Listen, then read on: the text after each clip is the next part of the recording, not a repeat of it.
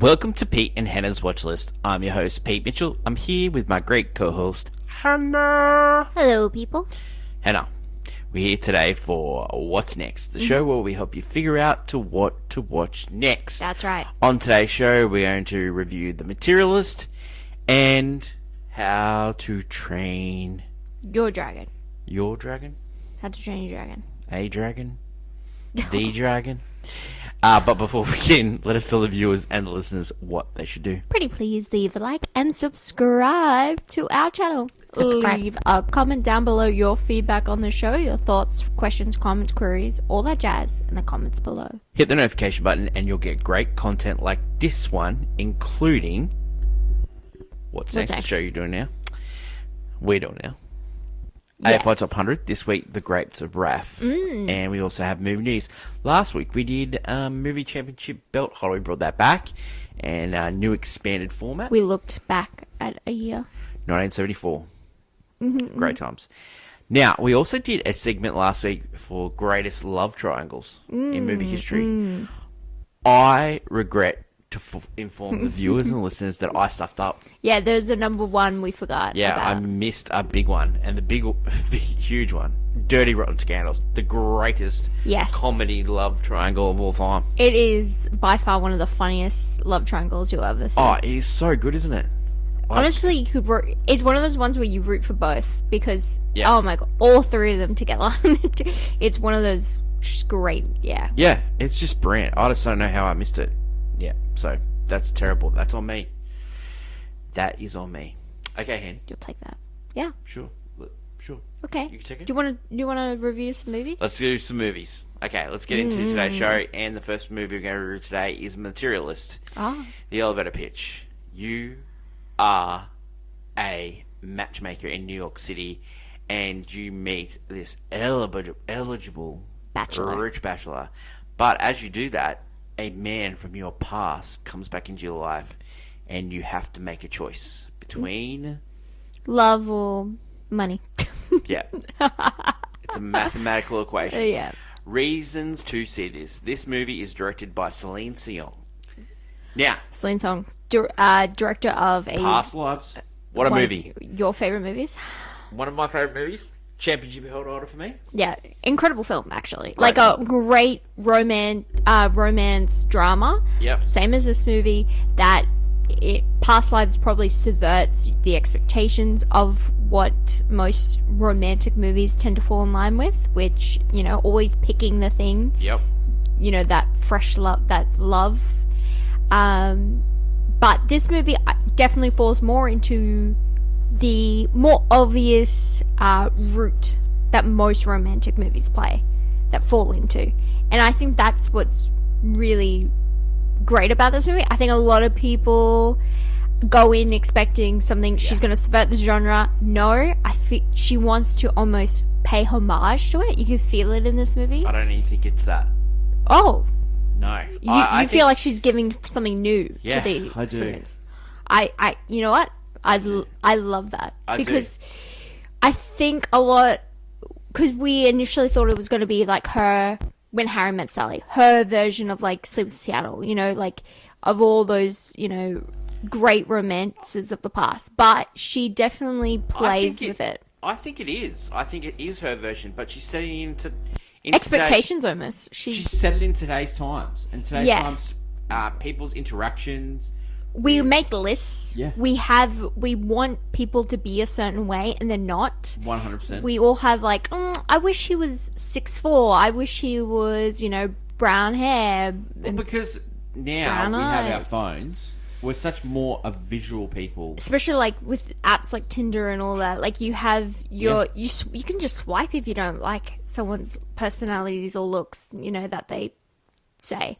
Yep. And this movie definitely, it's like where, you know, on paper they could work out, but in reality, you know, it's a lot harder than that, because the tagline of this movie is love is easy, dating is hard. Yeah.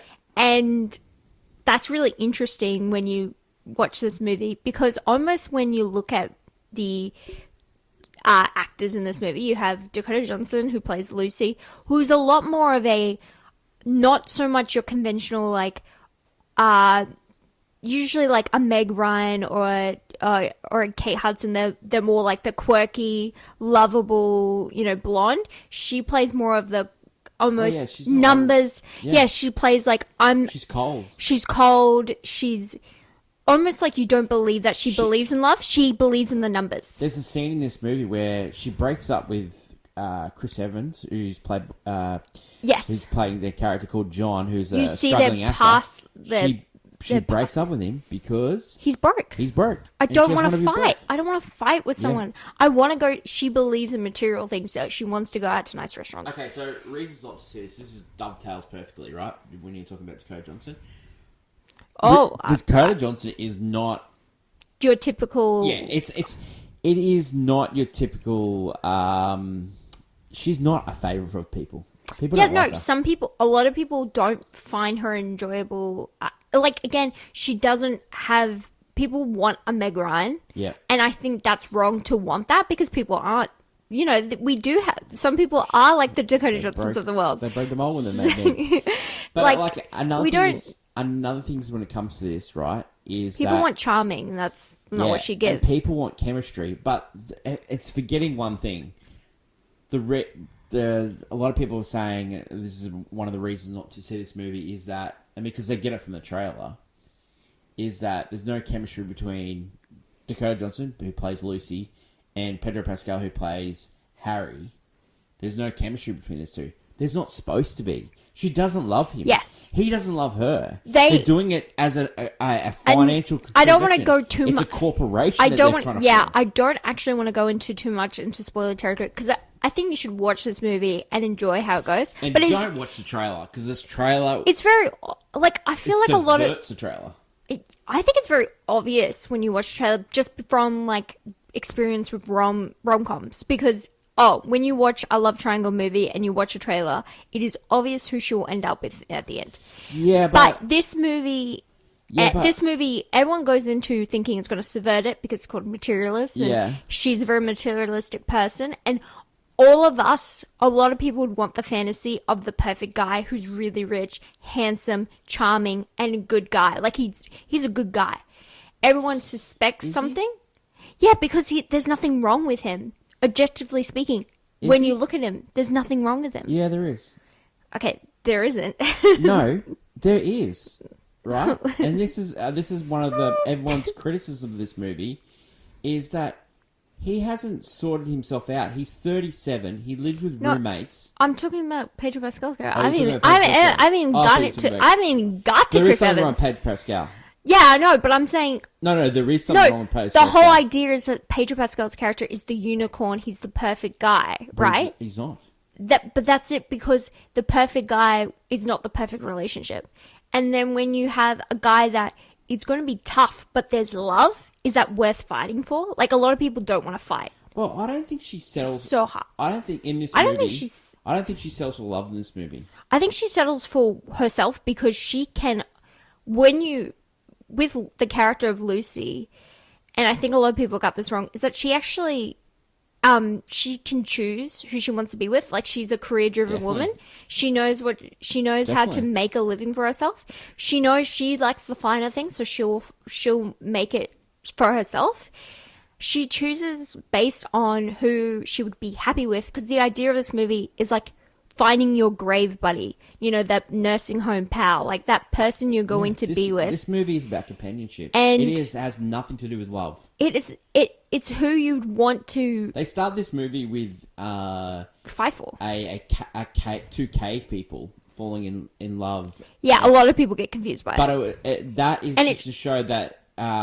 and the initial thing is that... Marriage was a transaction. A transaction from the start. Yeah. It was always a transaction. But why choose that person to transact it? Was it because they're compatible? Was it because of this? Because of that? Or was it because... they chose love. Yeah. And that's the interesting thing about the movie. This is what I love about Celine Song, what she's done here with this movie. It actually has made people think about it. It has. And like they released a list of all the movies that she had inspiration of. And you can definitely tell, like, you know, Broadcast News and Philadelphia Story, all these different movies that she had a list that have of, love triangles and stuff in all that. Yeah, for sure. But what she's doing is she's putting a slant on today's world. She's also was a matchmaker for 6 months, so she got an idea for the movie from that. And that's the best thing about writers. Yeah. You write from experience and you get those best ones. And that is why, you know how like Quentin Tarantino says, you only have about 10 or 12 movies in you. You can't the way going. That guy is. Because what happens is when a successful writer or successful director, they get into a bubble and there's no outside influence in there. Celine's still got the outside influence. Now, she's going to become one of the most successful directors. Yeah. Because in the world, and that bubble will get smaller and smaller and smaller, and so she'll struggle for outside influences. Like some writers, really do struggle when they're in that bubble. Like, look, not everyone can be a Stephen King who just comes up with like idea after idea, even after he's successful. Even like a short story, it can turn into something huge. 100%. And so I just think this movie is a great. I like how sophomore movie. Like it's a great second movie. Her second thing, it's not better than Past Lives. No. I think because Past Lives just was like it's going to be an all-timer. Shake your core. Yeah. But this movie, I love how it's definitely waking up the conversation about romance movies. Because you can look at this movie and go, oh, it's your by the numbers romance movie. But if you actually, when you pull it apart, it's not. It's a reflection of what society is today. It's also a reflection of like, everyone's like, I'd rather be with Pedro Pascal. And it's like, yeah, of course you want to be with the rich billionaire, the handsome, tall billionaire. I want to be with Pedro Pascal. Of course. You don't know what you don't want to be with the situation. You don't want to be with the 37-year-old Cater Waiter. Like that's the whole. Let's talk about. I love that debate. Let's talk about John a little bit more. You want to? So John is Chris Evans' character. Yeah, he hasn't grown at all. He's doing exactly the same thing 10 years after they broke up. Like I just don't get it. Yes, because a lot of time people. He doesn't want to be happy. He even says like he hasn't tried anything. He keeps doing like the only thing he explains in the movie. I won't go into too much, but he's also trying to be an actor on the side for a reason. And it's only when he sees Dakota Johnson's character Lucy again does he actually almost go, wait a minute, like I've just been sitting here waiting for something like to bring me out of my shell. He almost is. It's like the biggest regret was losing her, and he never could get over that, and so he never evolved. So and some people do, they get in that rut because it happens. Like something can happen to you that you just don't have change from, because you don't have a reason to. Yeah. And I think he's one of those people that didn't have a reason to at that stage. Because it doesn't even seem like he moved on or had any other people like. Yeah, he was still in the same apartment, same roommates. Okay. Just that kind of thing. Is this movie better if they change some casting in this movie? I think a lot of people might warm up to it a lot more. I don't think they're going to warm up to it, whoever you put in the main role, the Lucy character, because, like, she's the Lucy out character. For herself. Yeah, they're all selfish. All three of these people. That is okay. All three of these people are selfish. That is okay. They live in New York. No, seriously, it is okay to be out for yourself, but like, it doesn't make you an endearing character. And there's not much endearing, and it's not, as you said, there's not much endearing about. And all also, three. I think a lot of people are finding that they're going to this movie expecting rom-com, and it's not a comedy at all. But it's a drama. It's definitely more of a dramedy aspect. And I think they wanted the three to interact Here's more. the thing, Dakota Johnson, though, I think she's really funny, because I find her humour, like, when her dryness... No, because you're cold like her. I'm cold and I'm feeling... No, that's exactly right. But that's why you find her amusing. Her dry sense of humour, I get. It's funny. 100%. But a lot of other people are just won't find this movie funny at all. Well, I can't wait for Celine Song's next movie.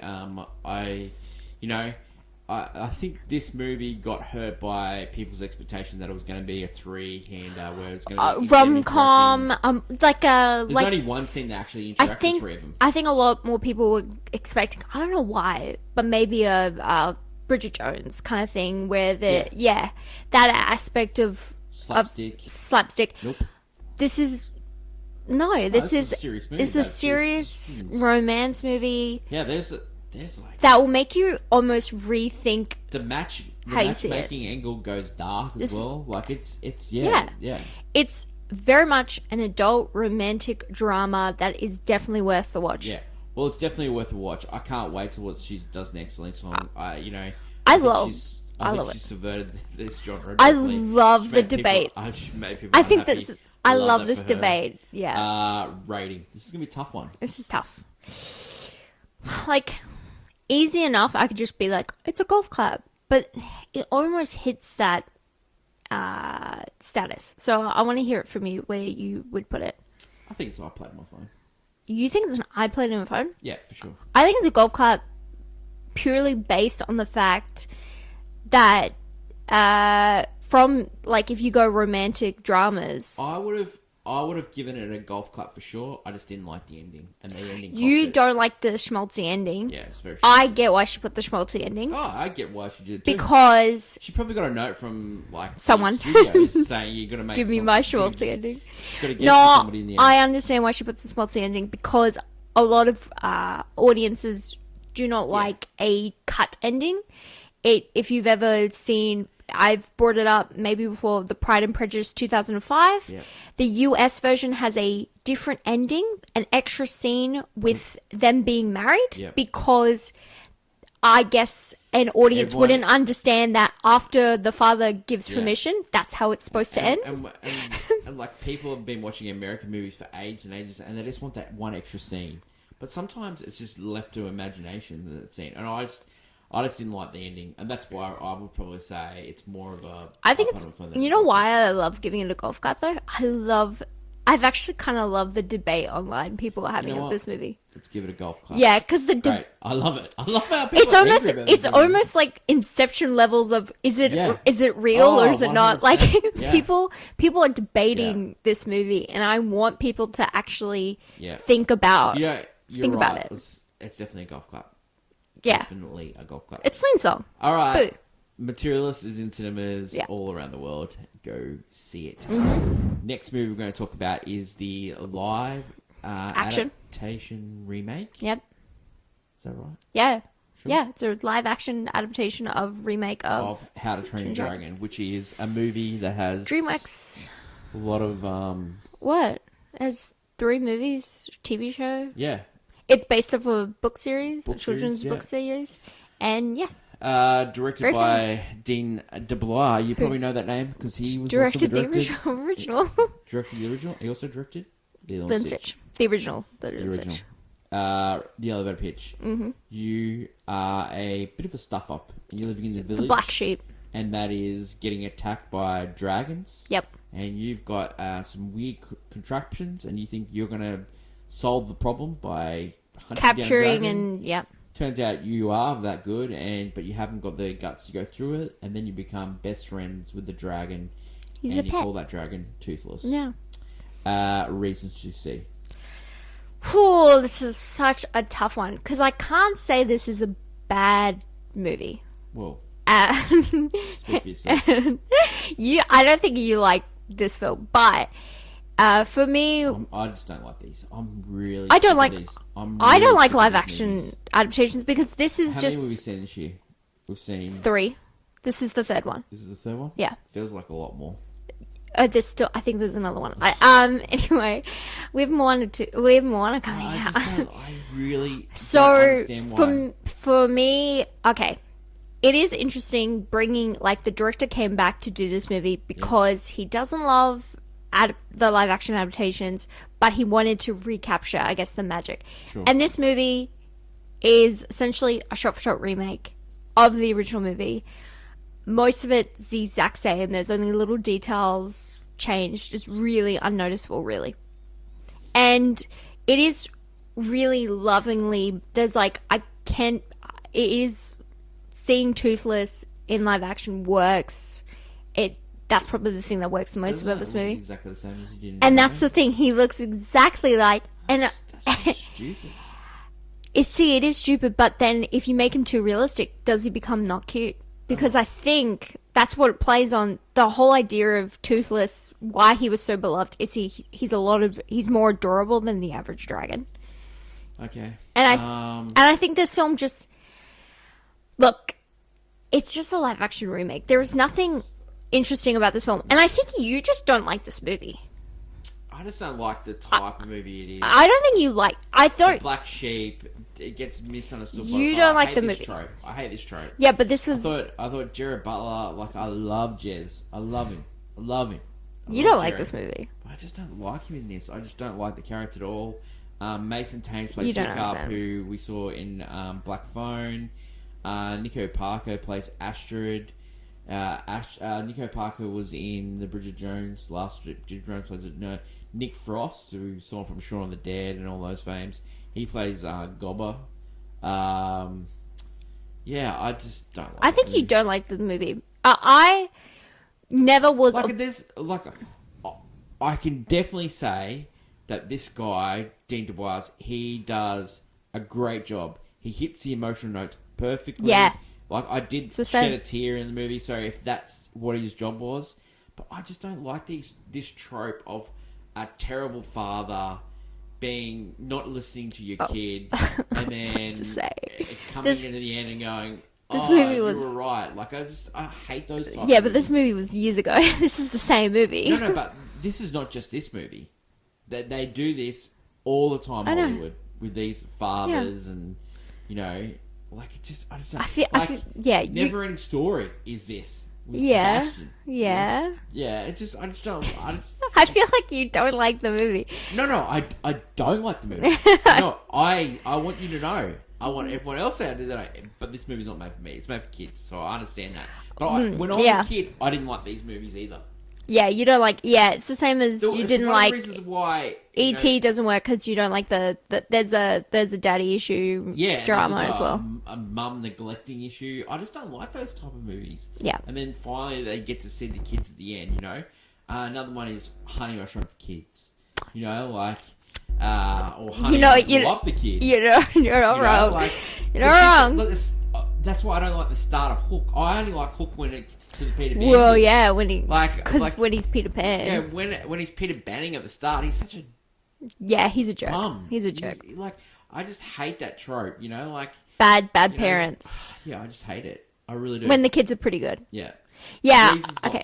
What do you think of the live-action Hiccup and Astrid? Do they work for you? I think they work. I just... Man, I love... it. It's so different, I guess, because Hiccup's voice, because it was Jay... What's his name? Yeah. Is so, like... his voice is so iconic in that role that I hear Hiccup. So having someone that's actually just doing a normal voiceover... America Ferrera played Astrid. Yes, she did. Yeah. And I think they did a really good work. Like, Astrid in this movie, she was, like, a badass. I love Astrid. Yeah. I've always liked that character. Yeah. It's just, I think they work. I think everyone works in this movie. Everyone's doing their role right. Everything's fine. It's just a remake. Yeah. It's the same movie. There's nothing different. There's no reason to watch this over the original. 20 years old. Like, it's like when they're gonna make Moana. Moana was like less than 10 years ago. Yeah, and it's gonna be the same movie. There's nothing different about, like, you'd never choose. Why can't we have more movies like Materialists? Yeah, but well, I would like to say choose something else because we're doing a kids movie, so choose something else. Why can't we have more movies like the other kid? That's what you want? Okay, so maybe I think this is public where this is the reason why we're struggling, because people have gone to see the Lilo and Stitch remake. I think they've gone to see this one as well, but there's a new Pixar movie, and they reckon it's Elio. Yeah, but that's been a trend recently with Disney. They have, when it comes to animation, especially Disney's work, because are taking new stuff. No, so what Disney have been doing, which it's so weird that their original IP they don't market. And when it comes to the sequels, like, look at the attention that was given to Inside Out 2 compared to the 3 previous Pixar. Now, they all went to, streaming. However, Turning Red probably is the only one that's been, where they've like, oh yeah, but Luca has no, like, if you go to the parks. Turning Red, great movie. When you go to the parks, Luca and Soul have barely no to none merchandise. Yeah. You go for Inside Out 2, it was filled with merchandise. Elio could be that thing, but then you look at even Disney. Disney had an original movie that was filled to the brim with so much stuff in it called Strange Worlds. Yeah. No merchandise. I didn't see any merchandise or anything about it. Wish, they tried to make Wish happen, filled with merchandise. That didn't work out for them. Another thing is, like, I think they're spending too much money on these movies, so you can't have a crack at doing... They got to do merchandise, because that's what Disney do best. You've got to do... Look at Stitch. It has to be IP, because if you don't do IP, because you're spending so much money on these movies. Wish, a lot of kids actually did gravitate towards the character, but... I gravitated to Wish. Wish just fell flat because, again, it was okay. You say people me. The whole movie's just a nostalgia fest. It's not an actual original movie. No, I like it. It's not that great. Coldness over you. Coldness. Yeah. Did you watch that movie? That movie was cold. I love that movie. It was Dead in the Water. You like Aaron and DeBose. Yeah. Babes. I do. Yeah, and I think we're just falling into this where you look at How to Train Your Dragon, and it's, look, we've had this movie, the exact same movie before. It did really well. There's new merchandise, which is like the same. It has a new like land over in Universal Studios Orlando, Isle of Berk. That would be popping off right now. A lot of people going to see that movie, going to Universal Studios. It just seems more, these studios are like forcing their hand, like they're going to make these remakes. Yeah. And for the original director to be like, well, I don't want anyone touching this but me, is a nice sentiment. However, yes, we just got the same movie. Yeah. Just not as good. If you're going to watch, it's okay to go see this, because a lot of people will see the live action and go back. But it is just really odd because it doesn't really do anything. Because, like, doesn't do anything. If you change the text in any way, people go off. But if you make the same thing, it's just a cash grab, Yeah, so there are some balances. I think Jungle Book was a balance, because the live action Jungle Book movie was a balance, because it definitely took a turn from the original, but was still loved. There's ones where they take a massive turn, which is like Tim Burton's Alice in Wonderland, which is completely different, but it definitely made a lot of money, and people do like that one. But yeah, we're getting this weird lump where the ones that took a turn, so Snow White and Lilo and Stitch took a turn from the original movie, and people weren't warm. Said people liked it, and one people said people don't. A lot of people... Lilo and Stitch? Lilo and Stitch... Most of that movie is the same until they change a big character. That's all they did. People didn't care. They loved it. Yeah, because it's the same movie. And then they just changed some characters, and they're like, it's different, it's different, it's different. It's the same movie, but it's different, it's different, it's different. But yeah, I think these live action remakes are kind of boring. Please tell me. They're boring. After Moana, we don't have to do this again. I hope not. Disney did put a stop because Snow White was pretty bad for them. They're making Moana. Oh, they were already in production with Moana when Snow White was coming out. They couldn't do anything. All right. But live action remakes, I'm not a fan. I'm not a fan DreamWorks continue doing live action remakes, because while How to Train Your Dragon is their magnum opus, it's just their other movies. They better not do Shrek. They would never do Shrek. That movie would not look good. They're struggling. Because when the teaser came out for the 5th movie, a lot of people were criticizing the animation on that already. And it's like, that's not even a real thing yet. Movie. Okay, what are you going to give it? I played on my phone. Yeah. I almost, like, it's like, if the original movie, to me, is like a banger, because it's significant. It's very important to DreamWorks, but also to, like, every kid had that fantasy of owning a dragon. It gave that. Well, I had my dragon movie. Yeah, you had. It was Pete's dragon. So he got one. Yeah, I got one. He got one. I hated the live action remake as well. I'll tell you what else was a good movie. And it was called Dragonheart. It had Dennis Quaid. Wow. It had Sean Connery. I'm more of a House of the Dragon fan. I love my family. You would love Dragonheart. You would love Dragonheart. But yeah, they've got like a Joffrey character in that. Oh, don't. Okay. All right. Anyway, I find that there's nothing objectively. Would you recommend people would watch this movie? I think if you're going to see it, you're going to see it. I would, if I would. Recommendation. You're going to see it, you're going to see it. Because. I can't persuade you. It's not, by any means, it's not a bad movie. But if you're choosing, if you get a choice between. It's competently made, but it's just. If you get a choice between the original animated film or this, I would urge you to see the original animated movie because. The Hiccup character, he looks like he's CGI in the whole movie. No, don't give him that. I just think... It looks like it's glossed over. I just don't think... To me, he's not... I don't know. It's so weird because that voice is so annoying. But he's not as charming as the original Hiccup for me. Just because I find... there's something way more magical. And the score and everything so much more magical in the original animated movie. There's something about it. I think in this one... Well, it's about dragons.